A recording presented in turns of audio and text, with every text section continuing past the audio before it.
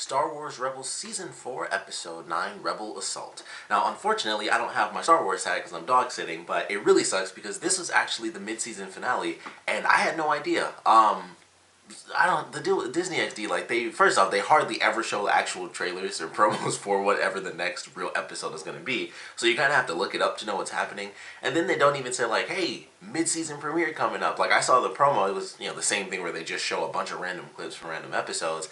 I had no idea this was the mid-season premiere until I was looking up, like, the actual episode information, like what number it was for this season. And then I was reading, like, a little article where they're talking about how epic Hera was because she was amazing in this episode. And it was like, yeah, this week's episode was the mid-season finale. And I was like, I had no idea. And it also kind of sucks that it was only a half-hour episode since they've been doing, the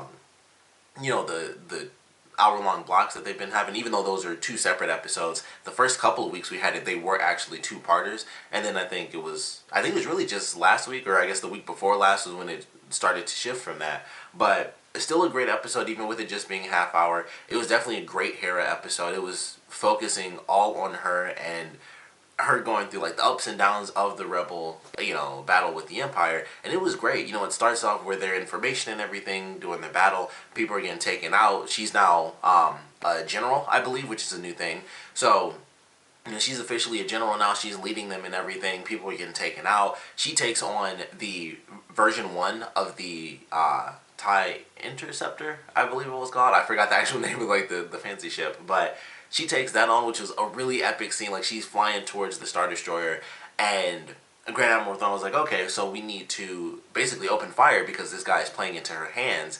And so they hit her, take down her shields, hit the guy and take down his shields as well. And then it ends up being that was kind of a part of her plan as well, where she shoots through the top of the Star Destroyer and she closes the wings to fly through it. And so the guy flies around and she, like, tilts, basically, like, rides the ship upward and just flips it. And with her, there's her being in space, it makes a lot more sense. That's a maneuver that happens in real life too, but it was a lot easier in space because it's like, there's no resistance. You just point up and then that's how you're flying. And so she just flips it up, and then as he's flying around, she hits him and knocks two of the shields off, and he's just sent spiraling. And I was like, that was a great shot. That was super cool. And then it's like, all right, success. Like, everything's great. Like, we did it. A bunch of people survived. Everything was cool. And then Grand Admiral Thrawn was like, nope, send in the backup. And everyone gets wiped out. It was like comets falling from the sky. It was actually a really cool opening shot. And they're just, like, plummeting in. It seemed like everything worked out. They show a couple of people get killed off. But for the most part, everyone made it. And it was like, okay, that was a really good success. Like, Thrawn was like, I'm not going to let any ships pass us. And only 2 people died.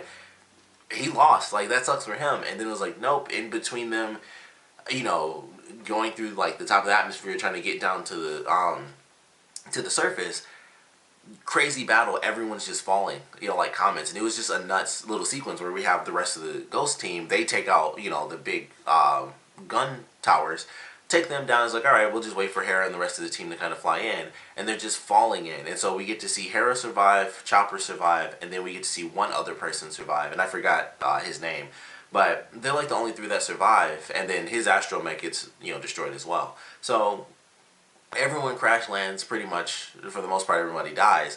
So they're the only couple that are left alive. Most of the team takes off, and then Kanan decides that he's going to turn around, which leads him into running, into the Lothal, which, I don't know, it's freaking me out. I don't think he's going to make it. Like, I feel like it's either going to be Kanan or Hera at this point, but I feel like with everything they're doing as far as it being sort of prophesized, we don't know what this prophecy is, but it's basically like there's some sort of prophecy happening with these Lothwolves needing Kanan and stuff like that. So it just really scares me that he's going to be the one to end up dying. And maybe we'll see everyone else ultimately survive. I don't want any of the characters to die, of course, but I feel like that's kind of where it's headed, where it's like, it seems like he's not meant to make it. Like, something's meant to happen where maybe he makes the grand sacrifice like Hera did in this episode. She got captured. Maybe he'll make that ultimate sacrifice so that she can be saved. Because we know that she's in Rogue One, and we know that Chopper is there, and everyone else is kind of just, it's just like poof, it's up in the air with, all the other characters. So, I don't know, it just makes me wonder, every, like, little step further is just like, I don't think he's going to make it through this final season, which would really suck. But, as far as focusing on Hera, it was definitely awesome. She takes on Rook, crazy jumping assassin. pretty awesome. I didn't realize Hera could fight like that. She was super cool. Like, she actually went toe to toe with this guy. That was a really awesome sequence. So they'd have to deal with him as he's, jumping around trying to find them throughout the city. Finds them the first time they have their crazy fight. And they all have to team up because he's an insanely great fighter. Like Hera holds her own, but that dude is an insanely tough fighter. Like, he was taking everybody down, but ultimately they're able to kind of band together. And Chopper comes in with the save last minute during that first fight, and then during the second fight, she wasn't able to escape him in time before the other ships came in. It's like, you guys have to get out of here and take the sewers. So ultimately, she ends up being captured, and I don't know exactly what that means. I don't know if she's gonna be facing off against Thrawn again, because they had that interaction before when he was like in her hometown and everything, or on her home planet. So I'm looking forward to that. I would actually like to see it, just because I want to see that sort of element of those characters, because I like when he actually interacts with them, because it's dark in general. It's always dark when he does whatever he does, but when he's with the characters and he's talking to them about what he understands and what he doesn't understand, which is very little, but when he's talking to them about how much he really understands about who they are and what they're doing, it gets super, super dark. So I want that in the next episode when we, unfortunately, well, of course, with this being the mid-season finale, we aren't getting anything until 2018, so it's going to be a minute before we get that interaction, whatever it may be. But that's what I'm hoping we get. I'm assuming that she'll be captured and, of course, taken to Thrawn. He'll either fly down or they'll just send her back up. And we'll have to see what the rest of the team ends up doing, and specifically what Kanan is going to be involved with because of whatever's going on with these Lothwolves and what he is meant to do. And they say, like, he says, like, there's nothing you could have done to save her, but there is something that I can do. And it's a vague force stuff, and it's always kind of scary. So I don't really know what to expect, but honestly at this point they seem to be building it up that he's gonna die. And that started with this last season finale. So it seems like just little bits and pieces, and that could be just to really throw us off to make it seem like he's dying, and then ultimately, it ends up being fine.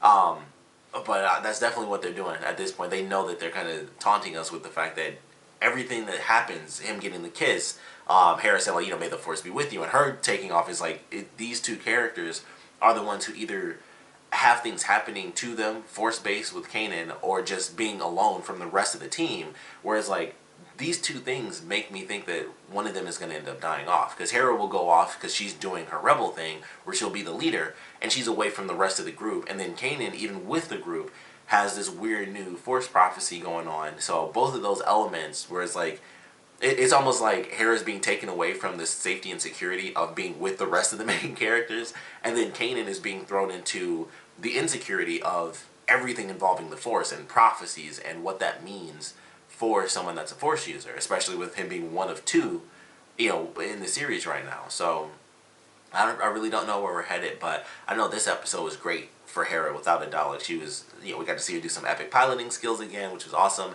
Made me think, I know this isn't the case because I would have known by now, but it would be awesome if they had made the decision to make Hera Poe Dameron's mom, and he just happened to come out looking human.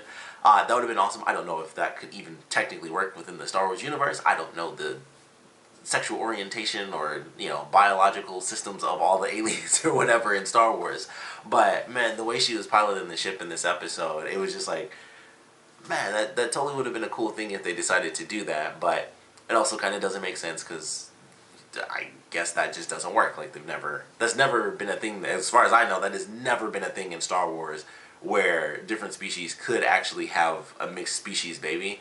I don't think I've ever seen that in Star Wars, so I would assume at this point that is not a thing. It has to be the same species, and it doesn't work any other way. So it just made me think of it, though, and that even if that's not the case, it would be awesome if somewhere down the line, even though I don't think that's the case, because like I said, I probably would have heard of it by now, because I know the Poe Dameron comics are out about him growing up and possibly being force sensitive, and he has the force tree that Luke gave his mom and stuff.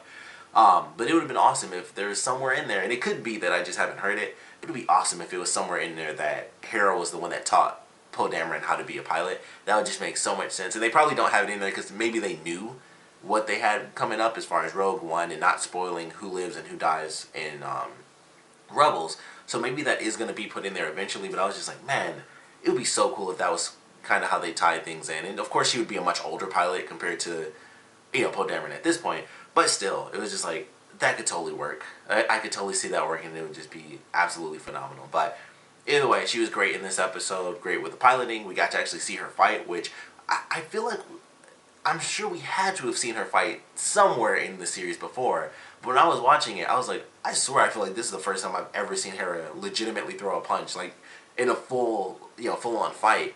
So I don't know, I could be wrong, but I feel like this is the first time we actually saw her in a legitimate fight sequence. And not just like, because she's always in the shootouts and stuff, and she's always doing the piloting, because that's what she's epic at. But I was like, man, I do not remember her in an actual fight where she has to throw like multiple fists. Like I remember her like punching people out a little bit, like when they do, like in this episode when she steals a little transport, she just kicks the dude and he's passed out. I'm like, I definitely remember her doing that. I feel like every character has had that at least once in the episode. Like even Chopper's had moments like that where he'll tap on someone's shoulder and then knock him out like one hit or something. So I know that she's had a moment like that, but as far as like actual, extended combat, I feel like this is the first episode to ever really have that. And even if it wasn't, this is definitely one of my favorites because when she flipped him, when she like got on Rook's head and then like spun him around, I was like, that was awesome. Because this guy, as skilled as he is, for her to be able to do that shows how great she is as a fighter as well. So everything for her was super awesome, and I'm looking forward to seeing where things go when we come back next year, which is nuts because I really was not expecting it. So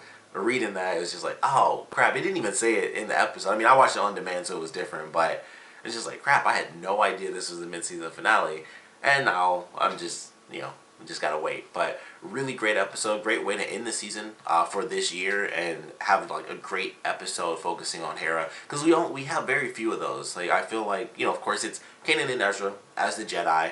Sabine definitely had her moment to shine in the last season leading up to the Mandalorian stuff, and the premiere was all, Sabine, which is absolutely phenomenal. Zeb had his episode, which I believe was last season, about finding the new planet that his species is on.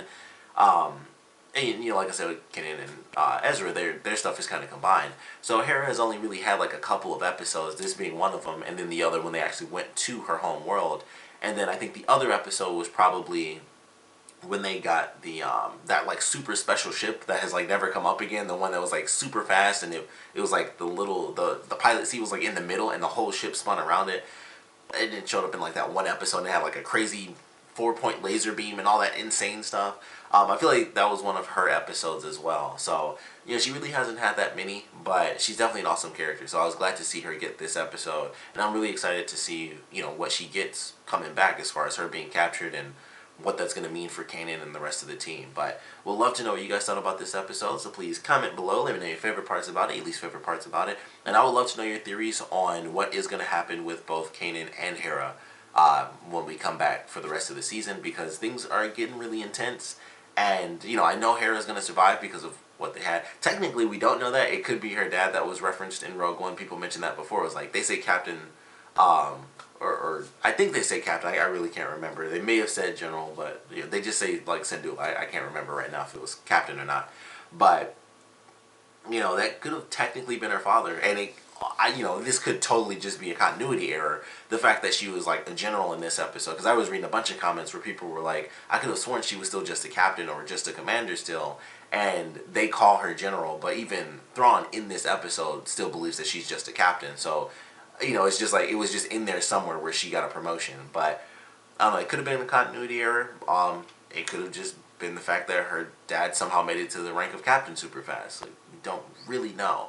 But either way, I would love to know your theories on what's going to happen for both Kanan and Hera. And of course, just want to know what you guys thought about this episode in general. So please comment below, let me know, and thanks for watching.